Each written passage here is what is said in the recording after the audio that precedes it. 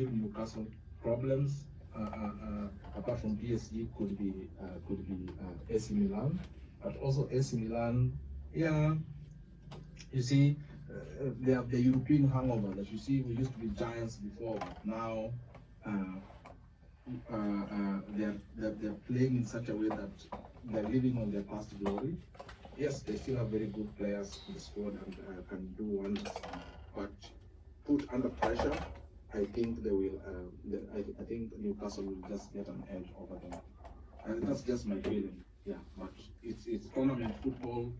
If you remember the UEFA Super Cup, nobody knew Sevilla could do that to Manchester City, but look at how well and how organized they were as a city. So yeah, so you just wait and see how the first 2 or 3 games in the UCL will go, and then we can actually say, okay, we think this will go this way or that way.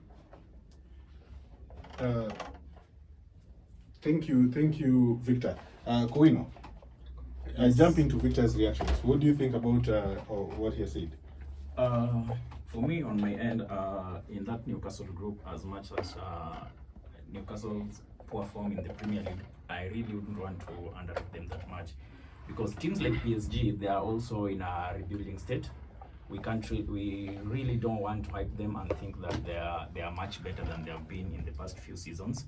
So I think it's a very tough group, and everyone can agree with me that it's the group of death in the Champions League. If I look at a team like Borussia Dortmund, we all know Borussia Dortmund in terms of bottling. That's what they do best.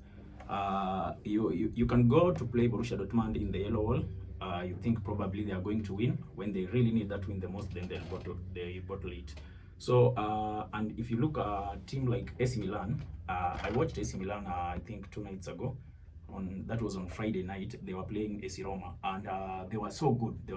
They won that match 2-1, and they have made a lot of reinforcements. They are bringing people like Ruben Loftus-Cheek, Christian Pulisic, and they have pacey wingers like Rafael Leao. Giroud is still doing the job for them, even though he used to disappoint at Arsenal, but I'll let that pass. So I think I'll drought for AC Milan, since I'm also an AC Milan supporter. I've been an AC Milan supporter. So I think AC Milan will make it in that group. Then PSG and Newcastle, one of them, a drought for one of them will make it. I don't think Borussia Dortmund will advance to the next stage of that group. Yeah, that's my opinion in that group. But I really wouldn't want to think Newcastle wouldn't make it, because it's not that much of a tougher group. These are cup competition. As much as they have poor run of form in the Premier League, I don't think it will be the same in the cup competition in the Champions League. Yeah, because you only need to win like 3 matches, then 4 matches, then you draw one and you are in, depending on how the others fare on in their matches. Yeah.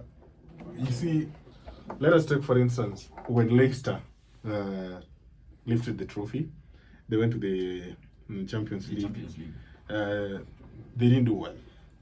Okay, I would say that what happened in Leicester's case, when Leicester won the league, they qualified for the Champions League. But in their scenario, what happened is they never made any reinforcements in their team. Actually, they sold their best players to other teams. So the team that stayed there, it consisted of average players. So in Newcastle's scenario, they qualified for the Champions League and went full-blown on the transfer market. They brought in a lot of good players. They have brought in Sandro Tonali from AC Milan for £70 million.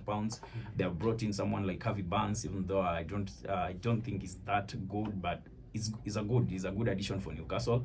Yeah, they have people like Anthony Gordon. They have good strikers. They have Alexander Isak and his substitute Callum Wilson, which is also a good competition up front.